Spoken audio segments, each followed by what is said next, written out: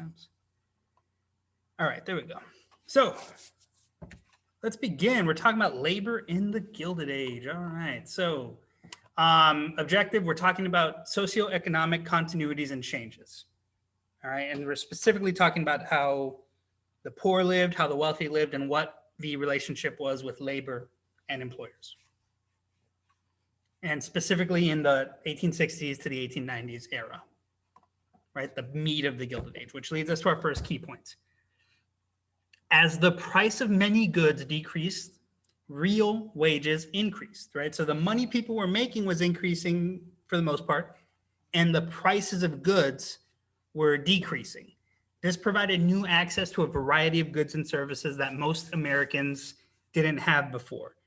The standard of living in the United States is increasing.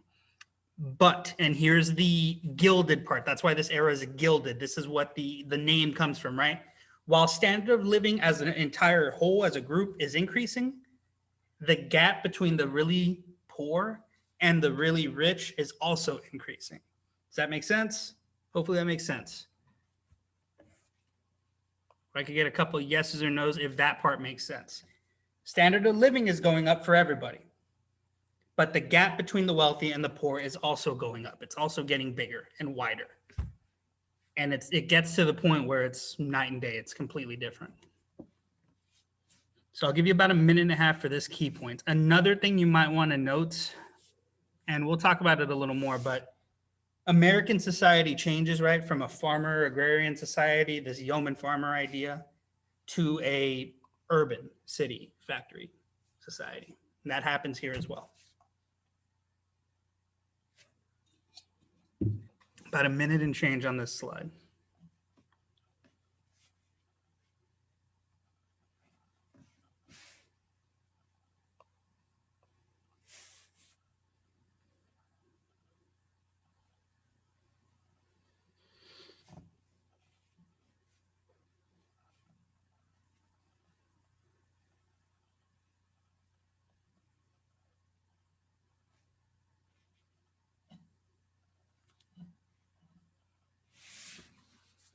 About 40 seconds. If you're going to need more time than that, please grab a screenshot or let me know.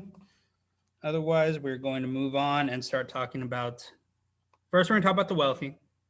Did you post the slides? They should have posted. Let me double check. They didn't. Okay, let me post them. Sorry about that, guys. Thanks for asking for those. Let me put them up. They're in here, but they were still saved as a draft. They hadn't posted. Okay, now they're up. Slides are in Google Classroom. And about 12 more seconds, and we're moving on. Gap between the rich and the poor decreased or grew? It grew. So standard of living grows, so does the gap between the rich and the poor. It's growing, it's getting wider. And we're going to talk about that on the next couple of slides. We're going to talk about general wages, and we're going to talk about the lifestyle of the wealthy, which brings us to the next slide, right? So super wealthy. The wealthy people of the Gilded Age are way wealthier than the people of prior ages, the Civil War era, the Reconstruction era, the Revolutionary era, any era you can think of in American history. The people during this era are richer than them. Take the richest person from back then, and most of the wealthy during this era, especially the top tier wealthy people, like those robber baron, captain of industry types, are wealthier. They all are. They followed this lifestyle kind of that was called, well, basically a lifestyle where what they did is they lived, they were flashy. They were like the Ric Flairs of their time. They put everything out there. They built massive houses. They dressed really fancy. They bought expensive things, and they showed it to everybody. So as opposed to the wealthy of previous generations where they were wealthy, but they didn't really flaunt it. Sure, they had a nice house. Sure, they had access to things, but they weren't out there, you know, they weren't like limousine riding out there with the gaiters on their feet and all that. Like they weren't showing their wealth off. Does that make sense? And this generation of wealthy does do that. They show their wealth off. They show their money, and they're proud of it. They're not afraid of it. They don't hide it. So I don't know if y'all even get the Ric Flair reference. It might be a little bit old of a reference, but It's that idea. It's that style of just showing off your wealth. So what do you need for the slide? You need to know that this is the wealthiest that Americans have been. Like the 1% of the 1% is the wealthiest they have been so far, and that they are not afraid of showing their wealth. Like eating a gold steak.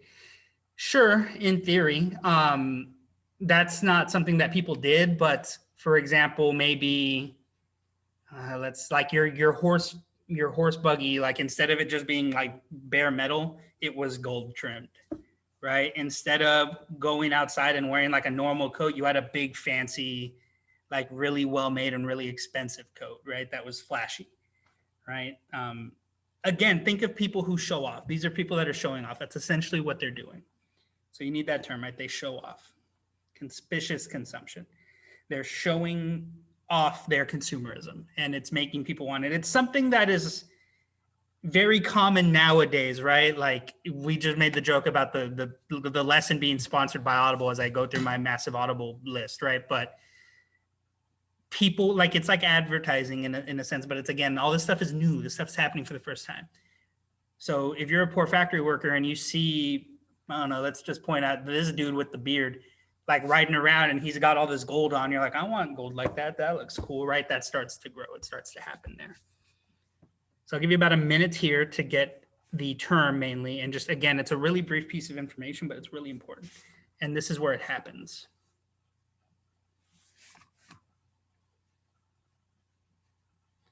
Right. Not gators, as when I say gators, I don't mean like the animal. I mean like the skin shoes. Like yeah, Ric Flair is a little older reference, but so Ric Flair was a wrestler and he used to wear like gator skin shoes, and he used to always threaten to kick people, and he'd say, I'm having a hard time holding down my gators, because he was going to kick you with them. Yeah, that was an old joke, but yeah, no, they're talking about like, I'm talking about like shoes and belts and stuff.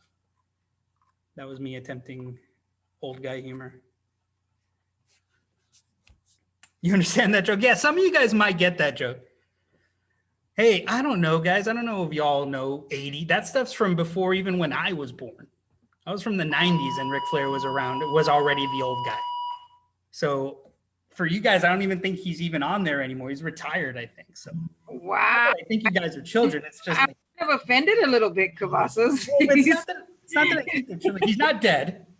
He's not dead. He's still around. Y'all don't remember Ric Flair, the woo? Yeah, but he was already the old guy when I was growing up. Like when I was growing up, The Rock and Stone Cold were the new guys. Like okay, I'm old because I was Ric Flair, Kabuki, the Von Erichs, all of them. Oh yeah, like those guys are awesome. He was amazing. He is amazing. Yeah. But so that's why I don't actually think, I know you guys aren't children. I know you guys are older, but it's just I assume that by this point he's like, you know, because he was old when I was younger. Yes, bottom line. Yeah. So, anyways, yeah, Ric Flair is awesome because. Yeah, but he is pretty old. Yeah, he's old. I'm telling you, I've seen him on TV. Like he's barely walking around now. He's old, but he's yeah. So that makes sense, Isaac. But yeah, so I'm glad you guys do know who he is. But that's where the Gators come from. Oh, to ride a Gator? No, I don't think people are crazy enough to actually ride a Gator. His daughter? I didn't know his daughter was in W. I don't watch wrestling anymore. I didn't know that. Oh no, he still is. I mean, he's old, but he's still very much Ric Flair. Charlotte Flair. Makes sense. All right, guys. So let's get back into it. I spent too much time talking about Ric Flair. I could talk about him for hours. It's funny stuff. Love that stuff. But so what do you need from this next slide? You just need the minimum. You just need to know the info. So the average work week for an industrial worker during this era is 60 hours. And the average hourly rate is 10 cents an hour. So they work 60 hours a week and they get paid about 10 cents an hour. So you need that info. There are no benefits. There's no vacation days, no sick leave, no health insurance, no workers' comp. Workers' comp, so if you get hurt and they still pay you. No pensions like retirement plans. You worked and you showed up to work and you were glad to have a job. If you complained about that stuff, if you got sick and needed a day off, they would just fire you and replace you, right? Like me, if I get sick and I don't come to work, there's a substitute or there's a plan and it's okay, I still have my job. Back then, if you didn't show up to work or if you got sick, you you were done, you was out. They would just replace you. What is workers' comp? Workers' comp is what you get when, like, if you hurt yourself. So, like, if you work in a factory now in 2021 and you fall off of a machine, or the machine malfunctions and your hand gets caught, or you break your arm or whatever, and it's at work and it's because of work, they still pay you while you recover. Back then, if that happened, it was like, oh, well, now you're a handless 12-year-old. Like, you know what I mean? They didn't still pay you. And if you couldn't do your job anymore, too bad. They fired you and replaced you with another 12-year-old that did have both of his hands. They worked until they died. Yes, basically, that is what the employers want. And that's what happens. And the worker in this early stage, tough luck, Timmy, you're not wrong. In this early stage, the workers don't have any power to fight this stuff. If you were a factory worker at the beginning of the Gilded Age and you told your employer, hey, can I have a day off? They'd be like, sure, you can have a day off. You're fired. Get out of here. And then they'd replace you with somebody else. That's just what happened. Ignore the iron law of wages part. I put that in there, but I kind of don't leave that out. So you just need to know about the time and the pay, which again is 10 cents an hour for 60-hour work weeks, and that there are no benefits and there's no support for these people. I wish I got workers' comp. I mean, yeah, workers' comp, something that's most jobs offer, I think, but you have to it's something that there's a lot of paperwork involved. Like, you have to get hurt doing your job. At least that's my understanding of it. But, numbers aren't my strong suit.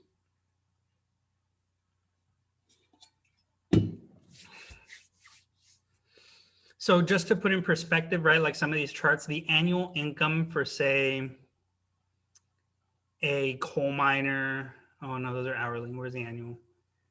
For a teacher, public school teacher, that's a good one. In 1890 is $256.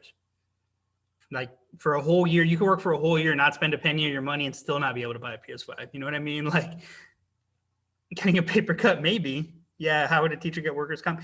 The only way I've known teachers getting workers' comp is if they work in, like, with certain, like, special needs groups and stuff, and they hurt themselves at work. Like, hurt their back lifting kids, and that's working with smaller kids, though. They get hurt on a field trip, maybe. Yeah, for like how about PTSD from all these kids making maybe all these kids like harassing us, judging you for thinking. Miss Garcia, you wish. Yes. See, Gio always making fun of my beautiful hair. Like, what beautiful hair? I don't see it. That's cap. It's not there. You could use all the conditioner in the world. It still won't help, Miss Garcia. See, this is what I mean. This is harassment. This is how I can get workman's comp. That's pretty harsh. We should make a file for some right now. I'm glad we're recording. Whatever, Gio with the good hair. It's all gone. I cut it. All right, guys. About another 40 seconds or so. Again, you just need the time and pay, the wages, and the benefits. The lack of benefits, right? That's all you really need for labor wages. Then we're going to get into the cost of living.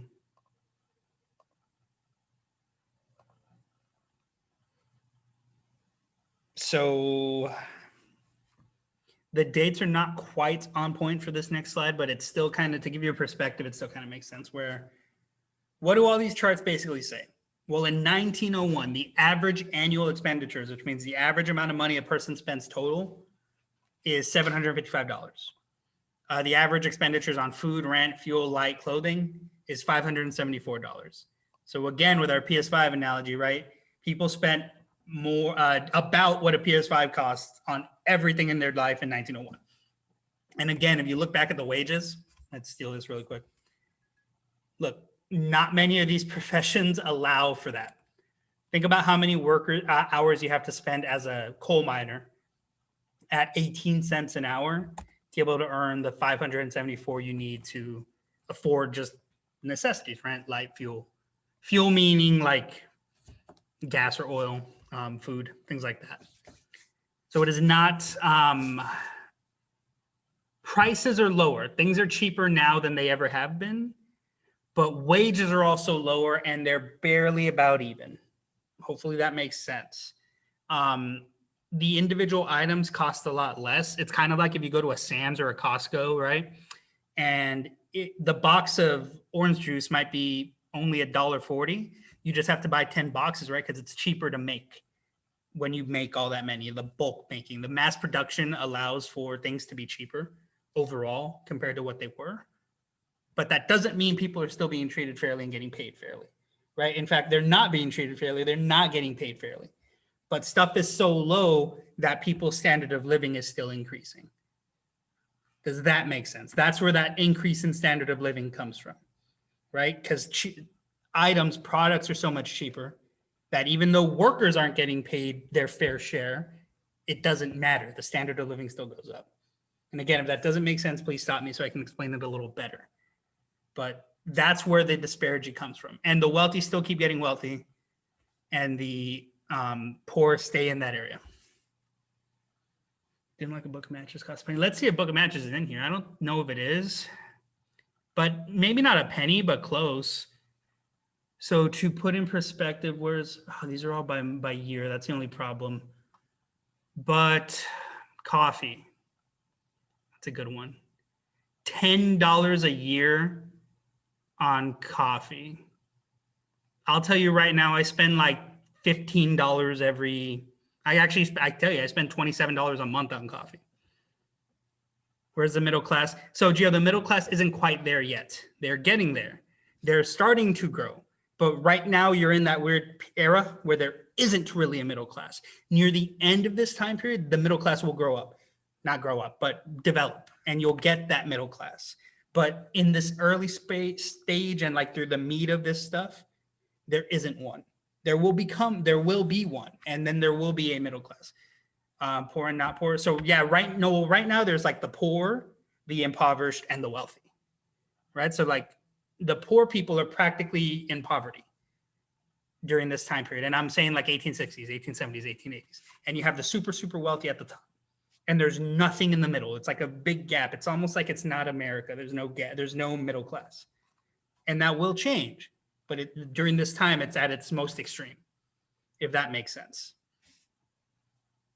But the middle class will develop in time, and we will talk about a growing middle class. Like it happens a lot, like in the very early 1900s, it happens in the 1920s. It especially happens after FDR's New Deal, after the Great Depression. All right, so super not wealthy. So these are some factoids about the super not wealthy. Many people lived in poverty. Working class suffers from those effects. So what do you need to know? Most people live in poverty due to financial panics, right? And we talked about financial panics before, where if this is the economy, it's under a depression, and then bam, a panic, it all just shoots down at once, right? Working class people saw their wages drop due to economic panics.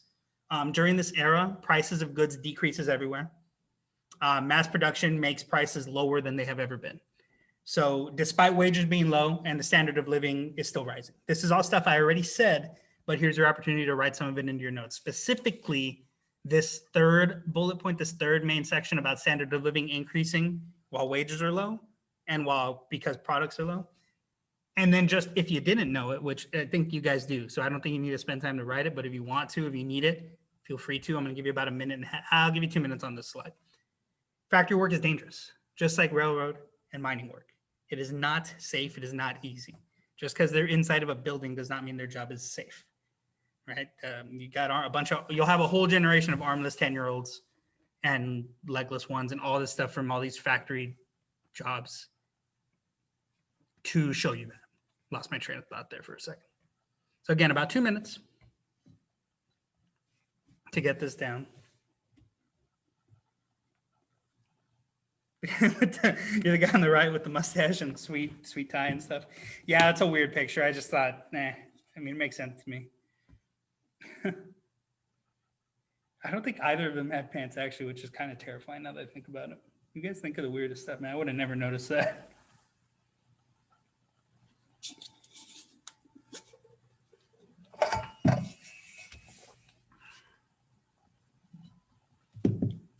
About minute and a half. Then we're moving on to the next key point. The next key point is super, super short, but there's a lot of info on it, and there's even more on the last key point. Remember, this is all about labor in the Gilded Age. About a minute left.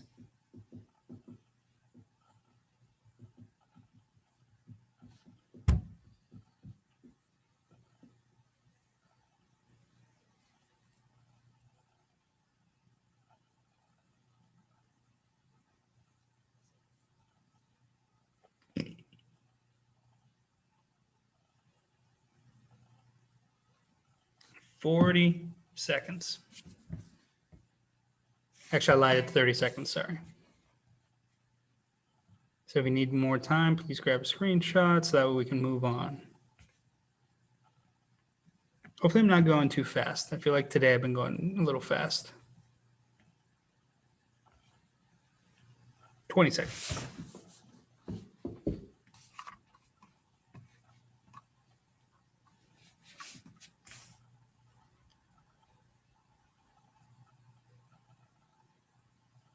All right, guys, let's go to move on. All right, so key point 2, really short, really easy. The industrial workforce expands and child labor increases. That's it. Quick 30 seconds. Shortest key point ever. But that will happen. The child labor and all of those factors will take place here. All right, these children don't go to school. They go to work in the factories for a living. And in fact, when we talk about some of these reform movements and these unions, some of their goals are all based around like ending child labor, restricting it, making child labor laws.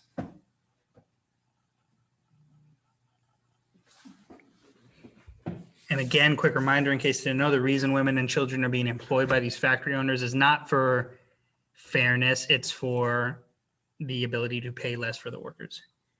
Yeah, showed us. I'll bet he did, yeah. Yeah, because y'all talked about like the England Industrial Revolution, right? In world history. I imagine that's what the one y'all covered a little more. Because that's where it happens first. Like it happens in England in like the late 1700s, and then it all starts to drift over to the United States. And then the United States goes in England, yeah. So that makes sense. And the US has their own weird spin on it because it's similar, but it's a little different. The big stuff all stays kind of the same. So labor conditions. This is a given. Poor working conditions. Miners suffered fires, gas leaks. No worries, Devin. Factories had gas leaks, volatile chemicals, dangerous and unreliable machines. Again, losing hands, losing arms. That is not uncommon. Long hours, no benefits, exhaustion, disease, all a given. Who's ever heard the expression, the canary in the coal mine? Anybody heard that? Yes, no, maybe so. Yeah, no. So those of you who have heard about it, you probably know this already, right? But the expression comes from old coal mines where they'd literally bring a little bird in a cage, right? And they'd hang it up near where they were working. And the point of having that little bird in the cage was so that way you could know if there was a gas leak in the mine. If the bird died, it gave you time to get out and leave. I think it's if he died or if he sang. I think it's if it died before before the gas got you. It is if it died, right? Yeah. So they didn't. I've never seen that movie Arrival, but yes. So that's where the term comes from. So it's literally like, hey, this is how we got to do this. It's a prequel. Well, Birdcage, right? Maybe it's a prequel to Birdcage. Some statistics for you. In 1882, an average of 675 workers were killed each week. 35,000 workers killed each year between 81 to 1900. So for about 20 years, thousands of workers will die every week. If the animals, yes, there we go. So yeah, thanks, Isaac. So yeah, if the animal became ill or died, it would give the miners a warning and they'd get out. Because I know it's because they're smaller, so it affects them faster. So basically summarize poor working conditions. It's rough for everybody. Disease and exhaustion is a given. And then you don't need to write down the stats, but just know that there's about a 10-year period where thousands of workers are dying each year in the factories and mines and places they work, including railroads. Don't think railroads aren't this dangerous, just for slightly different reasons. And I believe the picture on top is all, yeah, it's all children. Ages of 10 to 15 is general age. And then below is just workers' labor union. So again, I'll give you about a minute and a half on here. And then we'll talk specifically about child labor, give you a few statistics, and kind of just tell you where they worked.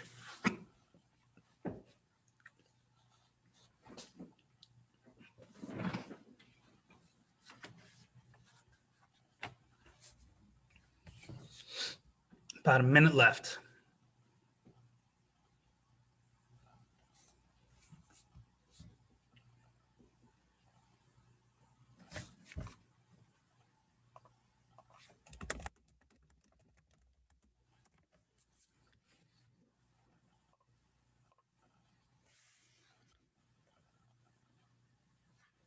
About 30 seconds. So for the next slide, again, all you really need are some of the places that child labor took place. Child labor takes place in blank, blank, blank, blank. So you don't need the statistics on there. But again, most children will work in factories during this time period or in other places. It wasn't just factories. All right, we're going to go ahead and move on. So farm laborers, given, always worked on farms. It's part of why it's okay to assume they can work in other places. They worked in mines, factories, and as street trades, like selling newspapers, right? Like the little kids selling newspapers on the side. Like those of you that have seen old movies and stuff, you'll see that a lot, or shoe shiners. Newsies, message carrying. I believe this one is a photo from mines. And these are factories. These are textile factories. I'm not sure which factory this is, but this is another one. Is there an armless kid in there? There isn't. One of these is really good because it has like the armless kid still in the machine working. Oh, is it this? No, her arms behind her back. Never mind. But there's, I could have sworn I found that one again. I remember losing that photo. Anyways, point is they worked all over the place in multiple fields, multiple places. Sorry, I'm going on tangents. A lot of them worked. It wasn't uncommon to see kids running around and working during the Gilded Age. There was no public school yet.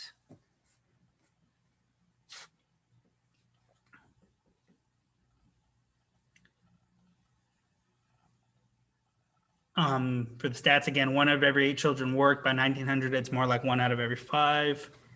In the 1890 and 1910, about 18% of all children ages 10 to 15 work. So it's not too many, but it's a good amount. Imagine losing an arm. Yeah, no, it happened. It would happen. And I used to have them. I thought, maybe, didn't I already show them to you guys? I had like the compilation of all the pictures of like the armless teenagers and like the armless kids walking around because they would lose their limbs in these factories. And there's one that I can't find anymore. Well, I don't have them. I can't find them. If I had found them, I would have put them in here. That it was, the kid was still working the textile mill. It was like one of these machines and the kid's still working it, but the whole arm's missing and he's doing it with one hand. No, but we'll love to see them. I'll try to find them for you guys later this week because I don't have them, because if I had them, they'd be in here. Because I know I have them somewhere. It's probably on a flash drive somewhere. I'll check at home. But they're, yeah, y'all want to see pictures of them with children. It sounds weird, right? But yeah, so I will try to find some of those because they are very it's crazy. It's like if you're watching something, it doesn't look real. It looks like fiction. Needs a 1 cent raise. Yeah, and you know what's funny? If he asked for that 1 cent raise, he'd get fired and replaced with a 2-armed kid. Better for the employer. Just so that 2-armed kid could then be another 1-armed kid. So key point moving up. Last key point of the day. We got a couple more slides to go. Labor management battled over wages, working conditions with workers, organizing local and national unions to directly confront business leaders. So like I said, right, one worker, even if it's 1-armed Jimmy or if it's a 2-armed Timmy or whoever, right? Man, I'm bad with names. Complained, asked for a raise, asked for a day off, anything like that, they just get fired and replaced. But if the entire factory said, hey, we want more wages or we're not going to work, that's when the employers had to start listening, right? That's when it becomes an issue because everybody is one. They unionize. They become a better, bigger group. And they were on the local level. Like we are all the union, labor union of Idea Monterey Park, and us teachers will not teach anymore unless students turn on cameras, blah, blah, blah, right? Like it could be local or it could be national where it's every teacher in America is not going to teach unless students turn on cameras, which you guys would probably love. But that is just like an example of something that labor unions fought for, right? It could be the labor union for a specific factory or city, or it could be the labor union for the entire United States. And you'll see, we'll talk about right here during these next couple of slides, how that developed and changed. So I'll give you another minute or so, about a minute and change.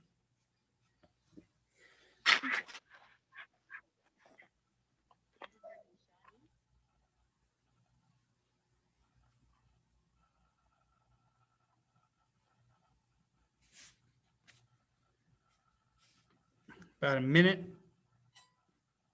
left.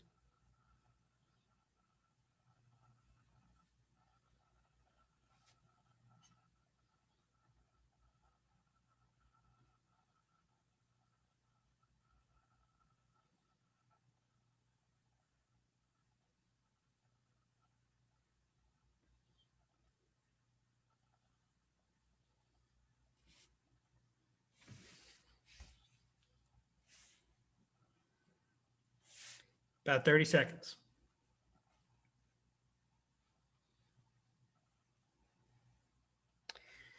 They could fire them, but there's a bunch of workers available, but if your whole factory shuts down, you lose money the longer that it is shut down. And the reason when it's one worker that's easy, or if it's 2 or 3 workers that's easy, is because you're not losing any money. You literally don't lose a penny, right? You can replace them quick. But if it's your whole factory shut down, it takes you time because you have to rehire a bunch of new people, and then you have to teach them how to do the job.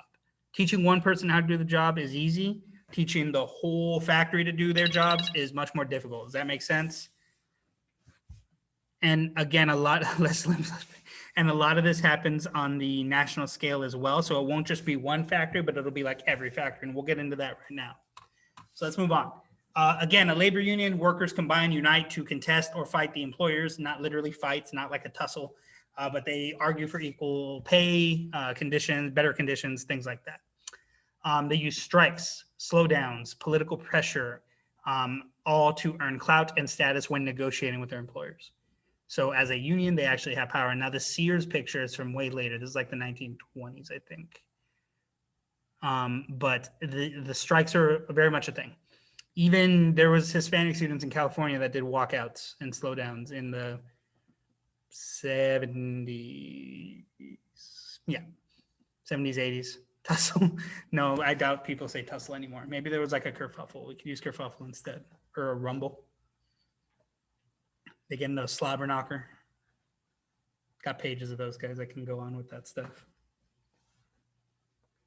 But another group, and all you need to know is the name and the guy. American Federation of Labor by Samuel Gompers, wanted higher wages and better working conditions. Just kind of write that name, old man, his whole terms, yep. Write that name down, write the guy's name down, and we'll talk about him later. He comes up later. He's post Gilded Age, but he's coming up at the tail end, so I just want you to get his name in there somewhere. And again, just define what a labor union does, right? And the whole point is that they get more status to negotiate with the employers. Yo, sir, how long has Sears been open? Well, they're not open anymore, but they were around. They were some of the first. They were around during this era. This isn't a photo from this era, but like near the tail end of this era is where Sears gets their start as like their first like department store. The department store was a new thing. Oh, okay. Yeah. So is this something else then? Like, is this a different Sears? No, this is the same Sears. This is the Sears you're thinking of. But like in 2021, they're not around anymore. But yes, there's one in the mall. Is there still Ingram. a Sears at the mall? There's one in Ingram. Oh, okay, well, yeah, then Sears, that's the same Sears. Sears and Roebuck. Okay. Zach says there isn't one. Yo, how long has it been since I've been to the mall? It closed? Really? It closed, right? Yeah, so there used to be Sears, you're right. And as up until very recently, Sears and Roebuck was still a thing. Yeah, I could have sworn it was still there. Well, maybe it is, but that is the company from, I think somebody put it in here. I think he put it in here, right? 1893, yeah. So they've been around since the Gilded Age. They were one of the first department stores. That's why they lasted so long. Field trip to Sears, say let's go. Field trip to Sears, let's do it. We'll look We're for talking about the Gilded refrigerator Age in and there. a sports code. I don't know. Closed it like 3 years ago, maybe. So we can get furniture from there for your house. Oh yeah, we could buy furniture at Sears. Well, that's the thing. What used to be like Sears is now like all these. It's splintered off in all these little companies. There are still Sears that are open. That's awesome. Maybe we should take a field trip to one and be like, guys, this is a department store. But they used to do like catalogs where Marshall's is better, where they would be. Remember when we like on the? I don't think anyone picked it, but there was like the mail order catalog. That was Sears. That's where a lot of them come from. As of December 29, 2020, 67 Sears stores remaining, but they are still closing. Oh, so that's a lot of Sears. I thought there would have been like 3 like Blockbuster. Good to know. Thank you, Roman. 5 this. Now we're just talking about stores. But yeah, so that's what labor unions do. So keep that in mind. Again, I'll give you a quick minute and a half. Let's focus back up. But maybe, yeah, I'm going to see if there's one in Texas. I feel like there might be one in Texas. Texas would have a Sears. Because they were one of the last places to have Blockbuster too. Macy's Well, Macy's is still around, but a lot of those other like the department stores that are still around, it's because they shifted and they only really sell like clothes and stuff. I miss Blockbuster too, Diego. I miss it every day. Redbox, sir. You remember Redbox? I do remember Redbox, but There's Redbox not very many of those anymore. Nah, there's not. That was a It's really still around. popular for a really short amount of time. But Blockbuster is what I actually Problems. miss. Man, Blockbuster was awesome. Surprised yeah, I'm kind of surprised there's still Redbox too, because at this rate, I think Redbox is only around because of the price. It's so much cheaper than renting a movie digitally. It's literally 5 times cheaper. All right, about 35 seconds. Who needs to rent a movie when you have like subscriptions to Hulu and Netflix? You're not and wrong. whatnot? Part of why they go out of business. Luby's got bankrupt too. I think so. A lot of restaurants are struggling right now. 36. Nah, Luby's is still open. It's right by my house right here. No, but I think they're still struggling. Like they're open, but I think they're struggling. Oh, I bet they are. No one goes there. It's pretty whack. No one Luby's is goes whack. there. Yeah, I believe no one goes there. Luby's is kind of whack. I like Luby's, but again, old guy here, right?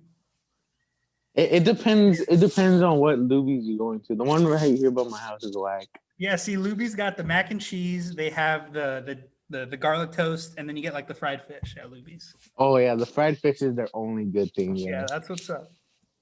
No, not. Oh no, they're broccoli and cheese. Ooh. Yeah, that's pretty good too. All right, guys, I'm getting hungry just talking about this stuff. Let's talk about some labor unions again. Disgusting. So the first group we're going to talk about is a national group, and they're called the Knights of Labor. 1981 is when they're developed, and it was a national union that opened its memberships to anyone who wanted to join. Guys, it's 1881, and they allowed African Americans and women to join their groups. That's crazy. It doesn't happen back then because they wanted all workers to be united. Their platform, they wanted 8-hour work days, which is, hey, guess what? We kind of have that now. They wanted child labor laws. They wanted antitrust laws, those things that like the Carnegies of the world are doing, where they're building these huge companies. They want to get rid of those. And remember, I told you, right, the guy that breaks those, the trust buster, that's Teddy Roosevelt. He's not around yet. They also want like just idealistic labor reforms, like, hey, make it clean, public school, things like that. They used strikes a lot to get what they wanted. They would organize these nationwide strikes. So back to the topic, right? Like somebody was asking me in the chat, like, can't you just replace the factory? Well, you could. But what you couldn't do is if you were a railroad owner, if you were Vanderbilt, and every railroad worker in the United States struck all at once, that's something you're going to lose a lot of money to fix. So you're willing to go talk to the labor union then. The Knights of Labor become very powerful for a very long time. But they will lose this power for a reason we'll talk about in a second. They will lose their status. So I'll give you about a minute and a half. You just really need to know who they were and a couple of things they fought for. But the Knights of Labor is a really,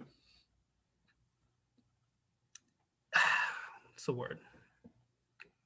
It's hard to describe because they were a really good idea and they did a lot of really good work. But for reasons we're about to talk about, that's kind of unfair in a lot of senses. I think they lose their status. Imagine losing your status.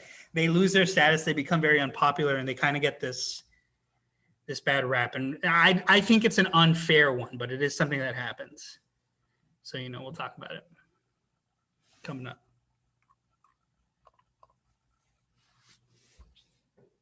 At something called the Haymarket Square Riot.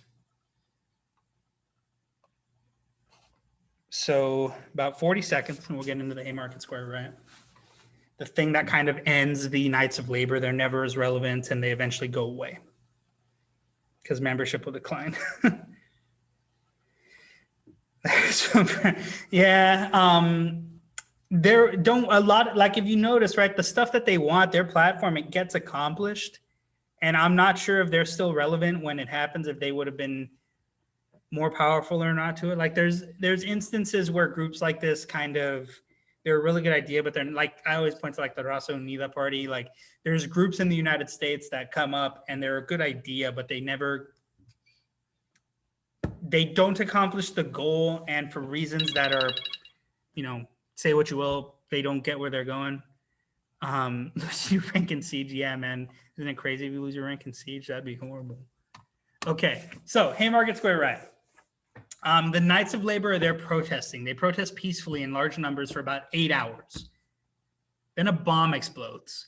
And the bomber was said to be an anarchist who wasn't a member of the Knights of Labor, who had no bone in the fight, but was just there to cause anarchy, there to start things, right? He's some nihilistic anarchist that just wanted to cause problems. But that person did that. It led to a riot. It led to some violence. And after the event, people assume that the bombing, and they associate the bombing that happened there with the Knights of Labor, and their membership will decline to the point where there's not enough of them to make any influence, and they lose their status, much like losing rank in Siege. So I'll give you about a minute and a half for there. Just quick rundown. Actually, a minute and a half. We'll do 3 minutes on the next slide. Next slide's got more info. Haymarket Square riot starts peaceful. Not quite. So when they say bomb, they don't mean like C4, big bomb, boom, explosion, kills everybody. They mean like someone threw a grenade in there and it led to a bunch of violence. They rolled in a bomb, like a little, like, what it wouldn't have been like a modern grenade, but picture a grenade. It's like I think, what was it, 1890? Was probably like a clay, maybe it wouldn't be a clay. Probably would have been like metal box with some explosive in it. Like chucking a grenade into a crowd. Not necessarily a suicide bomber. Although I don't remember if the guy dies or not. I'm not gonna lie, guys. I'll go after that one. Yeah, no, it wasn't great. And again, the guy is said to have been an anarchist. The guy is said to have done it just to, like, not just to do it, but doing it for the expressive purpose of causing anarchy, for the purpose of causing problems. There's always all these weird like anarchy movements and things during the time. It was like an M80 firework, a little bit more intense than an M80, just a tad bit more. But you're getting the idea. He did it for fun. Not for fun. He's not like the Joker. He does it. The person is said to have done it for causing problems. It's not like he did. I got 4 boxes of M80s. You still have 4 boxes. That's some fun. Yeah. You want me to bring them to school so we can have some fun? Yeah, no, don't bring them to school. I think we'll both get in trouble for that. Well, I mean, we don't have to pop them at school, like on school grounds. We can go like to the street. Pop them in there. Yeah. Yeah, no, I'm pretty sure I'll get fired if I tell Gio to bring fireworks and then we have a firework party outside. I also have a box of M200s. See, I don't know which one those are. They're like a smaller version. They're still loud though. I used to always get the ones that would explode in water, and you'd put them in soda cans full of water, and then you throw them places. Oh yeah, I did. I put we had glass beer bottles, and I like shoved a lot and just went. Yeah, the shatter. Yeah. All right, guys. So I woke up and chose anarchy. Yep. So let's talk about some major strikes that happened throughout this era. We're going to talk about 2 specifically. Departments, yeah, no thanks. The Great Railroad Strike of 1877, where companies cut wages, and as a result, unionized railroad workers went on strike. 60% of the nation's railroads were shut down, and violence breaks out because of this issue, but employers were forced to go and negotiate and increase the wages and improve the conditions for the railroad workers. So the Great Railroad Strike, 1877, again, it happens because of cut wages, but the unionized workers shut down 60% of the railroads, just stops overnight. And the U.S. depended on these railroads, so it led to negotiations. Then you have something called the Pullman Strike. After worker wages are cut, which again, that's usually where most of these start, the union goes to bargain with Pullman, but they get fired. So the workers all go on strike, and other unions also go on strike around the U.S., where like railroad workers and labor people are not working on cars, Pullman cars. But Pullman cars there, they're not going to work. They're not going to help. They're not going to fix it. But the owners get the upper hand here because what they do is they attach U.S. mail cars to Pullman cars. Therefore, the members of the union not working, refusing to work on those cars, are imprisoned in federal jail for interfering with the delivery of mail, which is like still a crime. Like if you steal mail, it's a federal offense. So the employers actually went on that one because they attach all the Pullman cars to mail cars. And they're like, you're not going to work on it. The labor people are like, no. And then it's like jail. So the Pullman strike, kind of showing you the 2 ways that these things could go, because the employers were by no means dumb, even though they were very I don't know if greedy would be the word, but they're definitely strict with their money. So I'll give you a little less than 3 minutes here because there's a lot of info. You need to define both of those terms. And then we'll move on.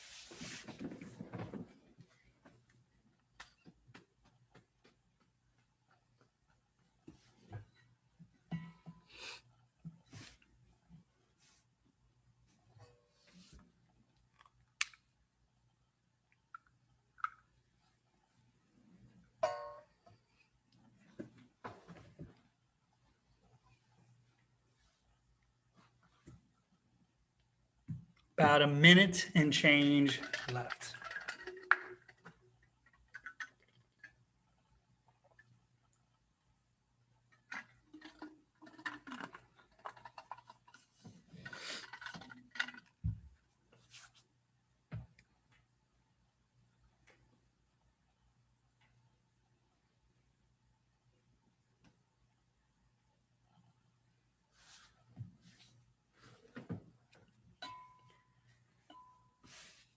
If anybody needs more time than this, let me know. We got a little less than a minute on the clock, and then we're going to move on to the last thing for today. More time? Okay, we'll go a minute. Well, a minute and change, minute and a half. How much wood? I believe the amount of wood is 3 tons. But I don't have that at exact figures. But last time I checked, that's how much wood would chuck. But I don't think it's all at once. I believe it's in sections.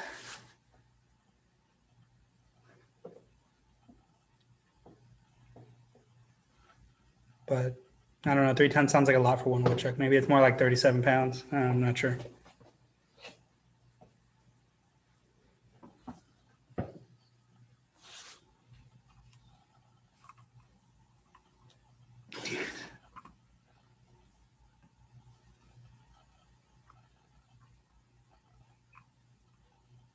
Wow, so I was way off with my 3 tons. That's pretty awesome, I'm not gonna lie. It's a good setup.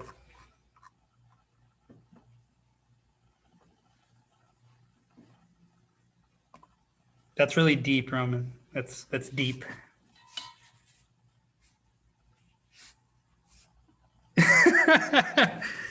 That's like, I'm gonna put that in a philosophy book. That's your philosophy book, Roman. That's the title right there. That's the cover page. Just that sentence.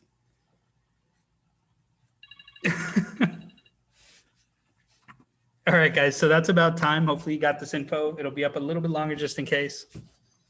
And we're going to move on. We are just about done with today. We got to get the exit ticket in. I got to make sure you guys have time for that because we are doing a normal exit ticket. It's not a freebie like yesterday's. Hopefully you took advantage of yesterday's because yesterday's was like legitimately a free exit ticket.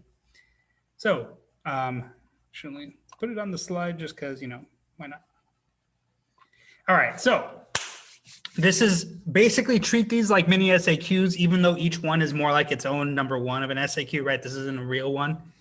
So identify the issues with labor conditions during the Gilded Age. Be specific, treat it like part one of an SAQ. The second question, identify and explain the significance of labor unions in the Gilded Age. Be specific, give examples. Again, like part one of an SAQ, describe the gap between the wealthy and the poor in the Gilded Age. Treat this one kind of like an LEQ. Give me tell me about the gap, right? Like I did everything short of, I'm asking you for a thesis. There, I said it. I want you to give me like a thesis statement. That's kind of what this answer should sound like. So that's basically it, but treat it more like an SAQ. But again, I'm kind of asking you for a thesis statement with that third one. So take your time on it. Take it seriously. There's 7 minutes left in the class. Use them all. I want you to use all of this time. Make sure you answer these. 7 minutes. You can use all that time you need. Shouldn't be leaving. We should be filling those in. Again, be specific.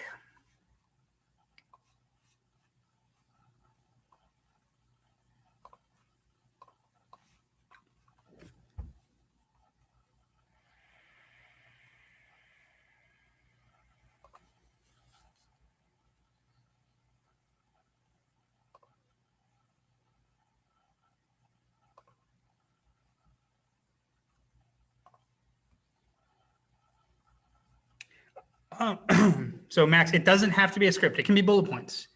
It can be whatever helps you best.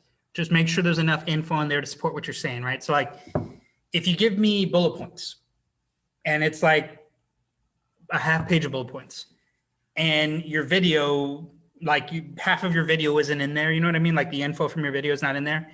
That's where it's going to be an issue. So if it's in your video, it should be on your notes, but it doesn't have to be a script. Again, I'm not a script person. I don't like writing scripts, but some people do. And if you're one of those, that's perfectly fine. You need to write out what you want to write it up. But if you're a bullet points person, fine. But don't then make up half of your video, right? It should be noted out. You should have the info down because the info can't be made up. The style can, the originality can be, that stuff can be on the fly, but the information has to be legit. So as long as all the info in your videos in those bullet points, you can use bullet points.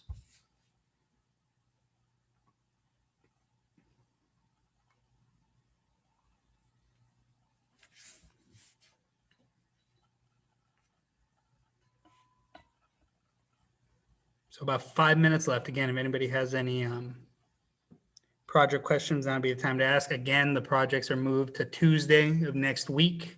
That is the final due date. Most of you have already, or not most of you, some of you have already started submitting. That is perfectly fine. But if you want to resubmit, just let me know. But if you are done, if you've already submitted and you're happy with it, then you're good. Don't even worry about it. But those of you that wanted more time or needed more time, you have till Tuesday. And about 4 minutes left on the exit ticket.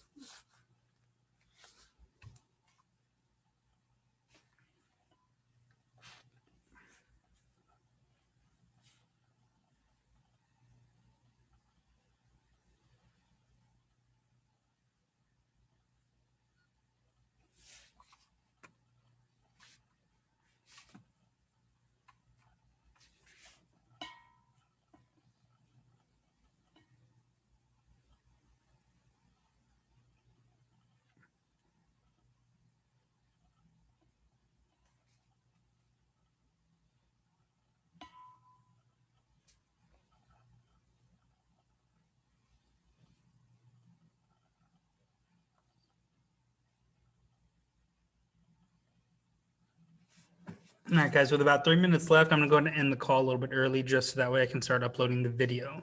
So I'll ask again, if there's no more questions, you're good to go ahead and go. Have a great rest of your day. I'll see you all later on. Tomorrow. See you later, sir. Later. See you. See you, Roman. See you, Amy. Yeah, see you tomorrow, not later. I don't know what I was saying there.